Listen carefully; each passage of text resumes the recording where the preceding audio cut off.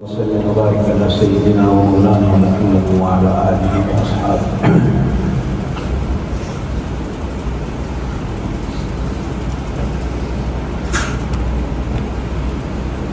مسند دارمی میں حضرت انس بن مالک رضی اللہ تعالیٰ عنہ سے روایت ہے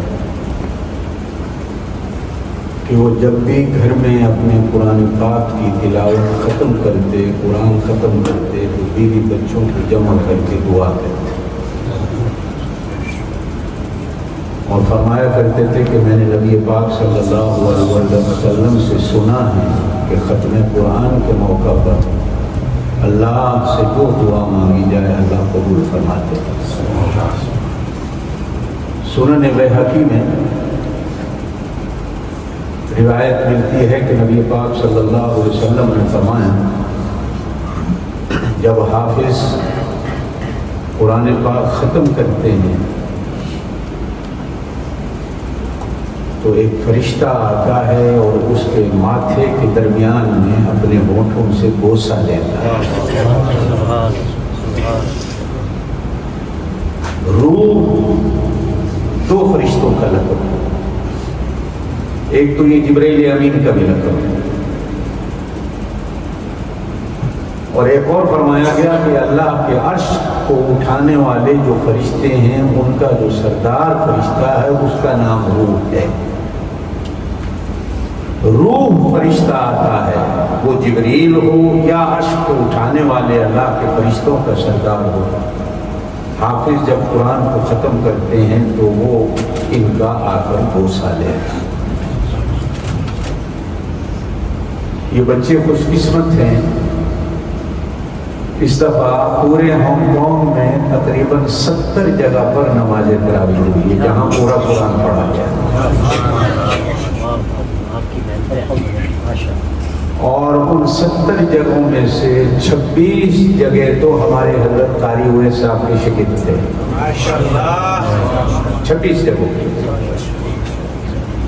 میں گنا نہیں سکتا کہ روزانہ ایک ایک رات میں کتنے ختم ہونے، اور 46 جگہ پہ ہمارے سارے ختم نبوت کے حفاظ تھے۔ میں کئی جگہ بیماری کی وجہ سے نہ جا سکا دعا کے لیے، آج بھی مولانا علی صاحب یونیورسٹی میں ختم ہوئے وہاں دعا کے لیے گئے، میں آپ کے آیا ہوں، پھر ایک جگہ جانا ہے دعا کے لیے۔ اس دیار خیر کے اندر میں کل ہی کمتین میں ختم تھا، سورہ صافات کی پہلی آیات ہے، ان کا ترجمہ عرض کر رہا تھا میں نے کہ ارشاد خداوندی ہے والصافات صفا فالزاجرات زجرا فالتالیات ذکرا۔ اللہ پاک یہ 3-4 قسمیں کھانے کے بعد پھر دعوی قسم کیا ہے، جواب قسم کیا ہے کہ ان الہکم لواحد، تمہارا الہ اکیلا اللہ ہے۔ فرمایا والصافات صفا، صفیں درست اور سیدھی کرنے والوں کی صفوں کی قسم، وہ صفیں جہاد کی ہوں یا وہ صفیں نماز کی ہوں، وہ صفیں بچوں کے پڑھانے کی ہوں یا پڑھنے کی ہوں، ساری صفیں اس سے مراد لی جا سکتی ہیں۔ نبی پاک صلی اللہ علیہ وسلم نے فرمایا نماز کے وقت صفوں کو تم سیدھا کرو، اللہ تمہارے دلوں کو سیدھا کرے۔ صفوں کو ٹیڑھا رکھنے سے اللہ پاک دلوں کو ڈنگا کر دیتا ہے، ٹیڑھا کر دیتا ہے۔ صفوں کو سیدھا کرنا اتنی بڑی عبادت ہے کہ اللہ اس کی قسم کھائے۔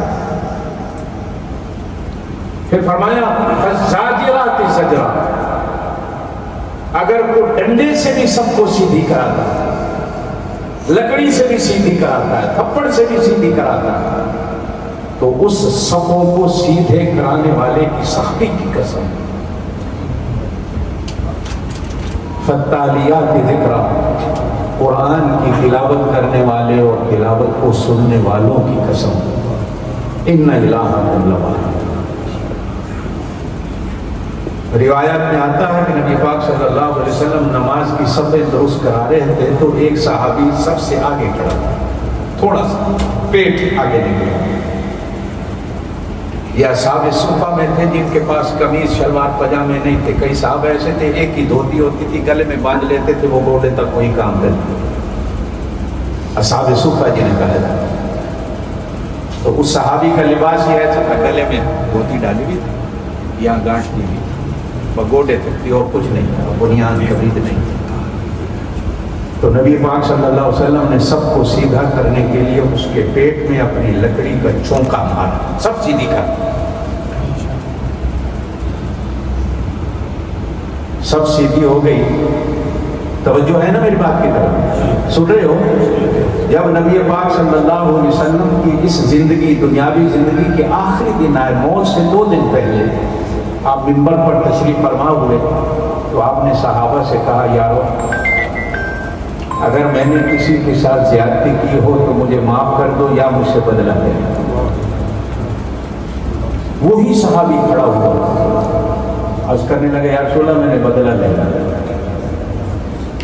صحابہ حیران ہیں, بڑے چھوٹے, کیا بات. آپ نے فرمایا آ گیا, صحابہ سے کہا اسے راستہ دے دو, مجھ سے بدلہ لے. سامنے آ کے کھڑا ہو کے کہنے لگے یا رسول اللہ میں نے قمیض بھی پہنی نہیں تھی, آپ قمیض اتاریں اللہ پہ ہو. رحمت والے نبی نے اپنی قمیض کو اتارا, فرمایا میاں بدلہ لے لے. اپنے جسم کو نبی پاک کے جسم کے ساتھ لگا کر رگڑتا رہا. صحابہ حیران, یہ کیا کر رہا ہے. پکڑنے والے آئے, میاں بس کر, حضور فرماتے نہیں اسے لینے دو, جو کر رہا ہے کرنے دو. آخر میں پوچھا میاں کیا کر رہا ہے. کہنے لگے یا رسول اللہ کیا بدلہ لینا, میں تو آپ کے جسم کے ساتھ اپنے جسم کو لگا کر آگ تو آگ نہیں, جہنم کی دھواں بھی حرام کر رہا ہوں. نبی پاک ایسے سفید سیدھی کراتے. ہم تو آپ لوگوں کو کہہ کے تھک جاتے ہیں سفید سیدھی کرو, لیکن کوئی سیدھا نہیں ہوتا. شاید یہی وجہ ہے کہ آج تک ہمارے دل ٹیڑھے کے ٹیڑھے. تلاوت کرنے والے کی اور سننے والے کی قسم. اب یہ دیکھیں کہ تلاوت کرنا اور پھر نماز میں پڑھنا, پھر نماز تراویح میں پڑھنا. نماز تراویح فرض نماز سے بھی مشکل ہے, یہ فرض نماز سے بھی مشکل ہے. فرض تو آپ فرض سمجھ کے ادا کر لیتے, ورنہ تو آج دنیا میں آپ کو بھلا ایسے یوٹیوب پہ بیٹھے ہوئے ملیں گے جو کہتے ہیں تراویح ہے ہی کوئی. مولویوں نے ایسے گلے میں ڈالی ہوئی ہے, کوئی 8 کوئی 10, وہ کہتے ہیں جی ہے ہی کوئی, سارے منکر ہیں. یہ بڑی مشکل ہے. اور پھر نماز تراویح میں قرآن سنانا اور اسے سننا, یہ نہیں. بچوں کو اللہ توفیق دیتا ہے, استاد کے سامنے کھڑے ہو کر مصلی پہ جتنی بھی منزل یاد ہو نا آپ اس کو, جتنی بھی, استاد کے سامنے کھڑے ہو کر سنانا بڑا مشکل ہوتا ہے. ہم استاد ہونے کے باوجود بھی, اب تو ہمارے استاد بھی زندہ نہیں رہے, استادوں کے سامنے کھڑے ہونے کی مجال نہیں ہوتی تھی. یہ ٹانگیں ایسے ایسے ہل رہی ہوتی تھی کہ استاد کے سامنے کھڑے ہو کے کیسے سنا, اتنا مشکل ہوتا. اور یہ اللہ کا کرم ہے ہم قوم والوں پر, اللہ کا کرم ہے ہم قوم والوں پر. میرا جہاں تک اندازہ ہے کہ بلاد کفر میں شاید مجھے, میں ساری دنیا گھوما ہوں, ایسی کوئی جگہ نہیں مجھے ملی کہ جہاں اس طرح قرآن پڑھا جاتا ہو اور پڑھایا جاتا ہو. یہ میں یقین سے کہتا ہوں. ایک دفعہ مجھے خود شیخ سدیس نے کہا, ایک امام صاحب نے مذاق مجھے کہا کیسے کرتے ہو یہ مدرسے, کیسے چلاتے؟ میں نے کیسے اللہ چلا کہ دنیا میں جہاں بھی گیا ہوں, ساؤتھ افریقہ گیا تو دیوبندی بیٹھے, ہانگ کانگ میں بیٹھ گیا ہوں تو بیٹھا ہوا ہے, کینیڈا گیا ہوں تو آگے فلانا قاری علی اکبر بیٹھا ہے, امریکہ میں گیا ہوں تو فلانا. یہ تم کیسے پڑھاتے ہو, کیسے کرتے ہیں؟ پھر یہ خود ان کے الفاظ تھے کہ اللہ کا کوئی کرم ہے تم لوگوں پر کہ دنیا میں تم میں سے کوئی کہیں ایک بندہ بھی بیٹھ گیا ہے تو اس نے قرآن کے چراغ جلائے. میں آج بھی کبھی کبھی سوچتا ہوں بیٹھ کر اور اللہ کو شکر ادا کرتا ہوں اس میں. اور میں بالکل موت کے منہ میں ہوں آج کل، جس بیماری میں ہوں مجھے پتا ہے. شکر ادا کرتا ہوں، موت حق ہے، آنی ہے، لیکن اتنا ضرور یقین ہے کہ مرنے کے بعد یہ جتنے قرآن پڑھنے والے ہانگ کانگ میں ہیں انشاءاللہ مجھے ثواب ضرور ملے گا،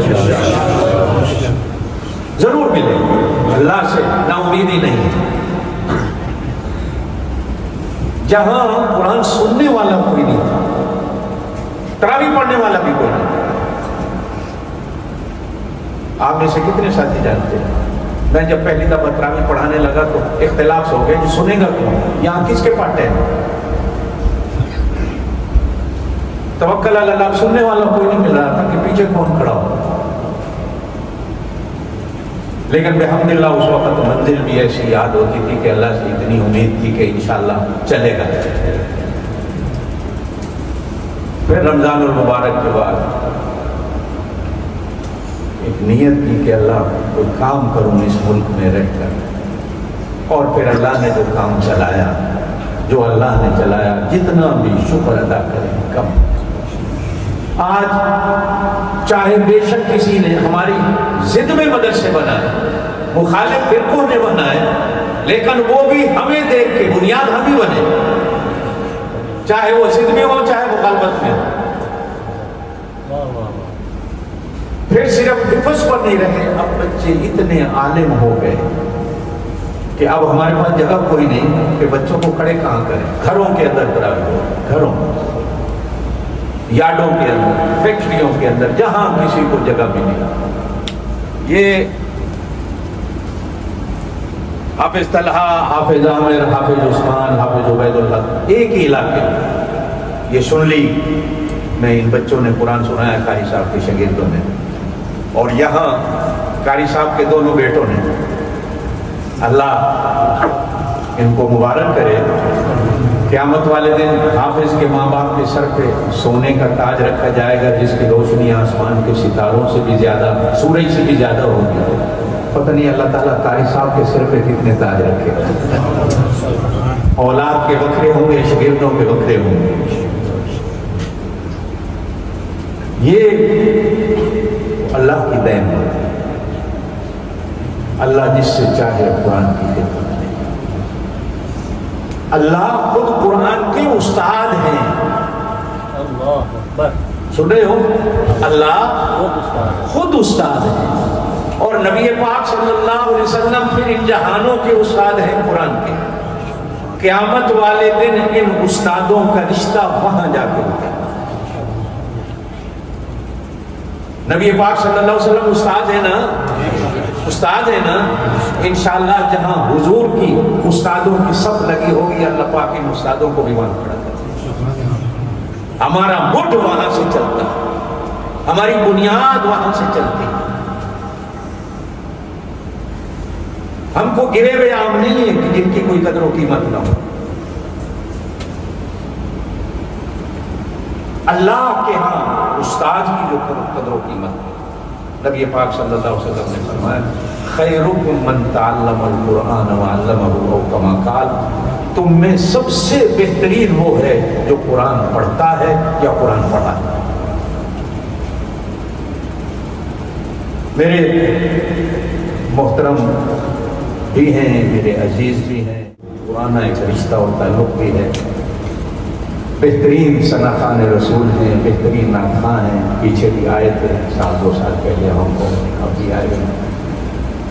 اللہ ان کو جزائے خیر دے. مجھے ملنے کے لیے میرے گھر آئے تھے پاکستان. میں بیمار تھا ہوں.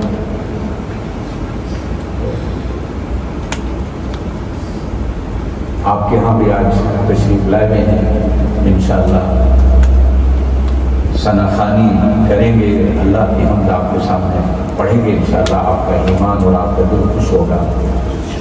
آنے والے اتوار والے دن رمضان المبارک 27 ہوگی، 28ویں کی رات ہوگی، اتوار والے. ہم نے اپنے ہاں شمسی کو مدرسے میں پروگرام رکھا ہوا ہے. ہر مدرسے کے ہم نے 2 بچے، قاری صاحب سے بھی میں نے درخواست کی ہے، کامتین میں بھی، قنون میں بھی، حافظ صاحب بیٹھے ہیں کوئچوں میں. ہر مدرسے والے 2 بچے بہترین پڑھنے والے ہمیں دیں گے. وہ 2 رکعت نماز تراویح